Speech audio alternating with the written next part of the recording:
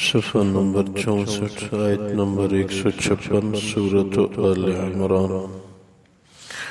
اعوذ باللہ من الشیطان الرجیم، بسم اللہ الرحمن الرحیم۔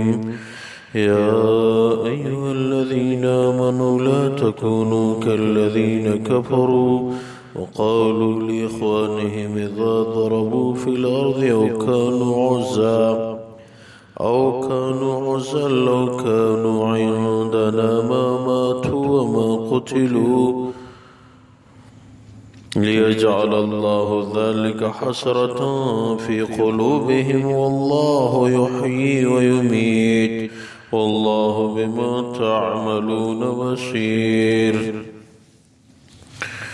اللہ تبارک و تعالی فرماتے ہیں، یا ایہا الذین آمنوا لا تکونوا کالذین کفروا، ایمان والو کافروں کی طرح مت ہو جاؤ، وقالوا لاخوانہم اذا ضربوا فی الارض، کہ وہ اپنے بھائیوں کو کہتے ہیں جبکہ وہ زمین میں سفر کر رہے ہوں، او کانوا عزا، یا کسی جہادی سفر پہ ہوں، لو کانوا عندنا ما ماتوا وما قتلوا، اگر یہ لوگ ہمارے ساتھ ہوتے ان کو موت بھی نہ تھی اور یہ قتل بھی نہ کیے جاتے، لیجعل اللہ ذلک حسرۃ فی قلوبہم، تاکہ ان باتوں سے ایمان والوں کے دل میں افسوس آئے، واللہ یحیی و یمیت، اللہ تبارک و تعالی وہ زندہ کرتے ہیں اور مارتے ہیں، واللہ بما تعملون بصیر، اللہ تبارک و تعالیٰ آپ لوگوں کے اعمال کو دیکھ رہے ہیں۔ وَلَئِن قُتِلْتُمْ فِي سَبِيلِ اللَّهِ، اگر آپ لوگوں کو اللہ کے راستے میں قتل کیا گیا، او متم، یا تمہیں اپنی موت آئی، لَمَغْفِرَةٌ مِّنَ اللَّهِ وَرَحْمَةٌ خَيْرٌ مِّمَّا يَجْمَعُونَ، تو اللہ کی طرف سے بخشش اور رحمت جو ہے یہ بہتر ہے اس چیز سے جس کو تم جمع کرتے ہو۔ وَلَئِن مُتُّمْ أَوْ قُتِلْتُمْ إِلَى اللَّهِ تُحْشَرُونَ، اگر تمہیں موت آئی یا تمہیں قتل کیا گیا تو تمہیں ضرور اللہ کے ہاں جمع ہونا ہے۔ فَبِمَا رَحْمَةٍ مِّنَ اللَّهِ لِنْتَ لَهُمْ، یہ اللہ کی رحمت ہے کہ آپ ان صحابہ کے ساتھ نرمی کرتے ہیں۔ وَلَوْ كُنْتَ فَظًّا غَلِيظَ الْقَلْبِ لَانفَضُّوا مِنْ حَوْلِكَ، اگر آپ سخت گو ہوتے، سخت دل ہوتے، یہ صحابہ ضرور آپ کے گرد سے دور چلے جاتے۔ فَاعْفُ عَنْهُمْ وَاسْتَغْفِرْ لَهُمْ، ان کو معاف کیا کرو، ان کے لیے بخشش مانگو۔ وَشَاوِرْهُمْ فِي الْأَمْرِ، اپنے امور میں ان کے ساتھ مشورہ کیا کرو۔ فَإِذَا عَزَمْتَ فَتَوَكَّلْ عَلَى اللَّهِ، جب آپ پہ کام کے لیے عزم کریں مشورے کے بعد تو پھر اللہ کی ذات پہ توکل کر۔ ان اللہ یحب المتوکلین، اللہ تبارک و تعالی توکل کرنے والوں کو پسند فرماتے ہیں۔ اللہ تبارک و تعالی ایمان والوں سے فرما رہے ہیں کہ اے ایمان والو کافروں کی طرح مت ہو جاؤ۔ کافروں سے یہاں مراد منافقین ہیں۔ منافقین عموماً کہا کرتے تھے یہ جو لوگ جہاد میں شہید کیے گئے، یہ اگر ہمارے ساتھ ہوتے گھروں میں تو شہید نہ ہوتے، یہ اس وجہ سے کہتے تھے کہ ایمان والوں کے دلوں میں افسوس ہو، حالانکہ زندگی اور موت تو اللہ کے ہاتھ میں ہے، جہاں بھی موت آئے گی اللہ کے ہاں جمع ہونا ضرور ہے۔ ہر کسی کو اللہ کے ہاں جمع کیا جائے گا اور پھر اپنی اپنی زندگی کا حساب دینا ہوگا۔ اور ساتھ اللہ تبارک و تعالی ترغیب دے رہے ہیں کہ یہ نرم مزاجی اللہ کی طرف سے بہت بڑی رحمت ہے، اور اپنے نبی سے ارشاد فرماتے ہیں، اے میرے نبی، اگر آپ سخت دل اور سخت زبان ہوتے، لَانْفَضُّوا مِنْ حَوْلِكَ، یہ صحابہ آپ کا ساتھ چھوڑ دیتے، یا آپ کے ارد گرد سے چلے جاتے، یہ آپ کی نرم مزاجی اور محبت الفت کی برکت ہے کہ یہ لوگ آپ کے ساتھ قریب رہ رہے ہیں۔ اب یہ ہے کہ معاملات میں ان کو معاف کرنا اور ان کے لیے بخشش مانگنا اور ان کے ساتھ مشورہ کرنا۔ وَشَاوِرُهُمْ فِي الْأَمْرِ، اپنے امور میں صحابہ کے ساتھ مشورہ کیا کرو۔ مفسرین نے لکھا ہے کہ اس سے مراد بالخصوص ابو بکر صدیق رضی اللہ تعالیٰ عنہ اور عمر فاروق رضی اللہ تعالیٰ عنہ ہیں۔ صحابہ سب کے سب صاحب الرأی تھے، لیکن یہ دو صحابہ ان کو اللہ نے بہت بڑا مقام دیا ہے۔ بعض علماء کا اس میں اختلاف ہے کہ ابو بکر صدیق افضل ہے یا جبریل امین افضل ہے۔ جو بھی عقیدہ ہو، کسی کا کوئی نقصان والی بات نہیں ہے۔ ابو بکر صدیق رضی اللہ تعالیٰ عنہ، عمر فاروق رضی اللہ تعالیٰ عنہ، ان کو اللہ نے امت میں ایک خصوصی مقام عنایت فرمایا ہے۔ یہ بڑے مقام کے صحابہ ہیں، نبی کے بعد اس امت میں سب سے بڑے شخصیات ہیں۔ ان کا ادب و احترام ضروری ہے۔ یہ بعض بدقسمت صحابہ کے پیچھے برا بلا کہتے ہیں، بڑی بدقسمتی ہے، یاد رکھنا۔ اور پھر ایسے اکابر صحابہ کے حوالے سے یہ بڑی بدقسمتی ہے۔ صحابہ کرام کی محبت بہت ضروری ہے، یاد رکھنا۔ صحابہ کرام کی محبت دل میں نہیں ہوگی، یہ دل ایمان سے خالی ہے۔ یہ نہیں ہو سکتا کہ کسی دل میں صحابہ کرام کا بغض و عداوت ہو اور اس میں ایمان بھی ہو، یہ دونوں چیزیں جمع نہیں ہو سکتی، یاد رکھنا۔ صحابہ کرام کے اسماء گرامی کو پھیلانے کی ضرورت ہے، ان کو پھیلاؤ۔ اپنی دکان پہ، اپنی گلی پہ، اپنے کاروباری جگہوں پہ صحابہ کرام کے اسماء گرامی رکھو، اس کی بہت بڑی برکت ہوگی۔ اس سے صحابہ کرام کی محبت کا اظہار ہوتا ہے۔ سارے صحابہ ہمارے سر کے تاج ہیں، سارے صحابہ، سب صحابہ کرام سے ہمیں محبت ہے۔ تو حضور اقدس صلی اللہ علیہ وسلم کی مبارک ذات کو صحابہ کرام سے مشورے کا حکم ہے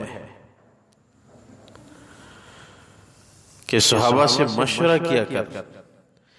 اور پھر ایک دفعہ ارشاد فرمائے، اے ابو بکر اور عمر، اگر آپ لوگوں کی رائے کسی مشورے میں دونوں کی ایک ہو تو میری خواہش یہ کہ میں کبھی بھی آپ دونوں کی رائے کی مخالفت نہ کروں، اسی پہ عمل کروں جس میں آپ دونوں کی رائے ایک ہو۔ اور ارشاد فرمایا کہ قیامت کے دن اپنی قبروں سے جب لوگوں کو اٹھایا جائے گا تو میں اٹھوں گا، ابو بکر صدیق میرے دائیں ہاتھ کو پکڑے ہوئے، عمر میرے بائیں طرف، اور یوں ہی ہم اے صحابہ، حضور نے اپنے ہاتھوں کو ایسے پھیلایا کہ ایسے ہی ابو بکر میرے دائیں اور عمر میرے بائیں، ہم یوں ہی چل پڑیں گے اور میدان محشر میں حاضر ہو جائیں گے۔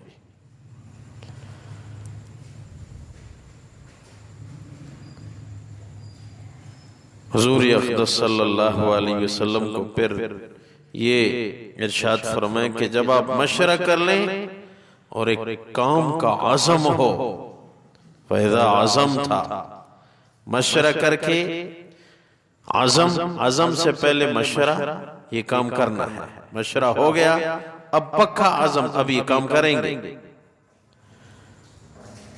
اور عزم کے بعد پھر کیا فَتَوَكَّلْ عَلَى اللَّهِ، پھر آگے کیا کام ہے اللہ کی ذات پہ توکل۔ تین امور، اپنی امور میں مشورہ کیا کر، نمبر 1۔ نمبر 2، مشورے کے بعد پکا عزم، اب جو مشورے میں کام طے ہوا اب یہ کرنا چاہیے۔ اب جب عزم پکا تو پھر فَتَوَكَّلْ عَلَى اللَّهِ، اللہ کی ذات پہ توکل کر۔ توکل کسے کہتے ہیں؟ توکل کی تعریف کیا ہے؟ اسباب تیار کر کے، قدم اٹھا کے نتیجہ اللہ کے حوالے کرنا، یہ توکل کی تعریف ہے۔ اسباب تیار کر کے، قدم اٹھا کے نتیجہ اللہ کے حوالے کرنا۔ حضور اقدس صلی اللہ علیہ وسلم کی مبارک ذات نے ایک حدیث میں ارشاد فرمایا، اے میری امت کے لوگوں، جب ایک کام کرتے ہو ایک دفعہ عزم کیا کہ یہ کام کرنا ہے، پھر وہ کام ٹھیک کیا کر۔ ہمارے نبی صرف آخرت کے حوالے سے رہنما اور پیشوا اور ماڈل نہیں ہے، بلکہ دنیاوی امور کے حوالے سے بھی ہمارے نبی ہمارے لیے نمونہ ہے۔ اور پھر جب توکل کرو گے تو توکل کا فائدہ کیا ہے؟ ان اللہ یحب المتوکلین، کیونکہ اللہ کی ذات پہ توکل یہ اللہ کو پسند ہے، اللہ پسند کرتے۔ اس نے مجھ پہ توکل کیا ہے اور یہ کام میرے حوالے کیا، میرا رب اس میں اچھا نتیجہ وہ متعین فرمائے گا، یہ اللہ کو پسند ہے، مجھ پہ توکل کرتا ہے۔ دوسری جگہ ارشاد ہے وَمَن يَتَوَكَّلْ عَلَى اللَّهِ، جس نے اللہ کی ذات پہ توکل کیا فَهُوَ حَسْبُهُ، تو اللہ پھر اس بندے کے لیے کافی ہے۔ ہر امر میں یہ سوچنا چاہیے، اور پھر آدمی اس امر میں کوشاں رہے، لَيْسَ لِلْإِنسَانِ إِلَّا مَا سَعَى، انسان کو وہی کچھ ملے گا جس کے لیے انسان کوشش کرے۔ بس پہلے یہ سوچنا چاہیے کہ میرا کام درست ہے، نیکی والا ہے، پھر لگا رہے تو ساتھ جو۔ لیکن ان تمام امور سے سب سے پہلی جو دعوت دی گئی ہے وہ کیا ہے؟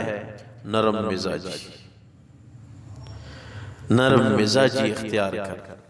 اگر آپ سخت مزاج ہوتے یہ صحابہ آپ کا ساتھ چھوڑ دیتے۔ جو حضور کے پاس آتا، روم سے صہیب آئے، حبشہ سے بلال آئے، ایران سے سلمان فارسی آئے، کیسے ان کے ساتھ جم گئے کہ پھر اپنے علاقوں میں نہیں گئے۔ حضور کی محبت نے ان کو کھینچ رکھا تھا، الفت، محبت، ایک تعلق۔ یہ امتیاز نہیں کرتے تھے کہ یہ مدینہ منورہ کا رہنے والا ہے یا یہ مکہ مکرمہ کا رہنے والا ہے یا یہ شام کا رہنے والا ہے، سب کو اپنا سمجھتے تھے، سب میرے ہیں۔ اسی برکت سے کہاں پہنچ گئے۔ ہر مسلمان کو اپنا سمجھنا چاہیے، یہ میرا ہے، میں اس کا ہوں، یہ میرا ہے۔ دین یہی سبق سکھاتا ہے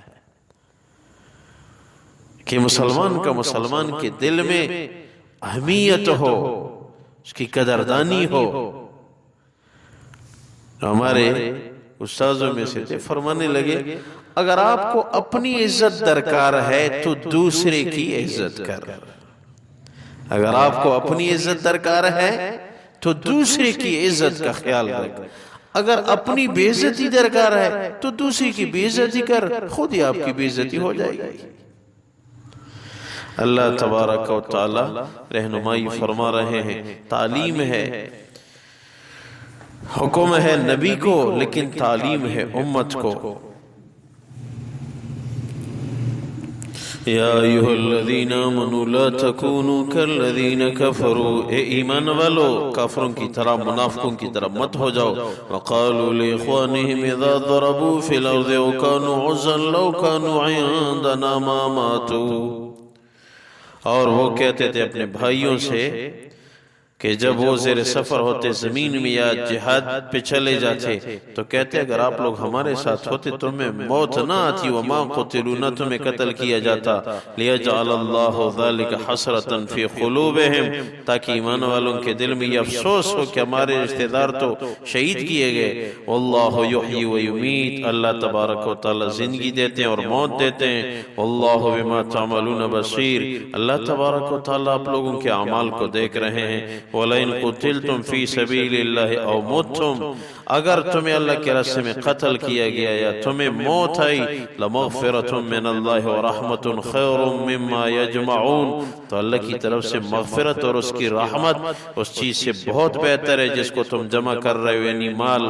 وَلَئِن مُتْتُمْ أَوْ قُتِلْتُمْ لَإِلَى اللَّهِ تُحْشَرُونَ تمہیں اگر قتل کیا گیا یا تمہیں موت آئی تو اللہ کے ہاں ضرور تمہیں جمع کیا جائے گا فَبِمَا رَحْمَةٍ مِّنَ اللَّهِ لِنْتَ لَهُمْ یہ اللہ کی رحمت ہے کہ آپ نرمی کرتے ہیں صحابہ کے ساتھ وَلَوْ كُنْتَ فَظًّا غَلِيظَ الْقَلْبِ لَانفَضُّوا مِنْ حَوْلِكَ اگر آپ سخت کلام ہوتے سخت دل ہوتے یہ آپ کا گرد چھوڑ دیتے فَاعْفُ عَنْهُمْ وَاسْتَغْفِرْ لَهُمْ وَشَاوِرْهُمْ فِي الْأَمْرِ آپ ان کو معاف کیا کریں ان کے لیے بخشش مانگے اور ان کے ساتھ مشورہ کر اپنے امور میں فَإِذَا عَزَمْتَ فَتَوَكَّلْ عَلَى اللَّهِ جب آپ ایک کام کا عزم کریں مشورے کے بعد تو اللہ کی ذات پہ توکل کر ان اللہ یحب المتوکلین اللہ تبارک و تعالی توکل کرنے والوں کو پسند فرماتے ہیں اے اللہ اپنی بارگاہ میں قبول فرما خلوص للہیت نصیب فرما عمل صالحہ کی توفیق عنایت فرما برکتوں کا نزول فرما پریشانیاں دور فرما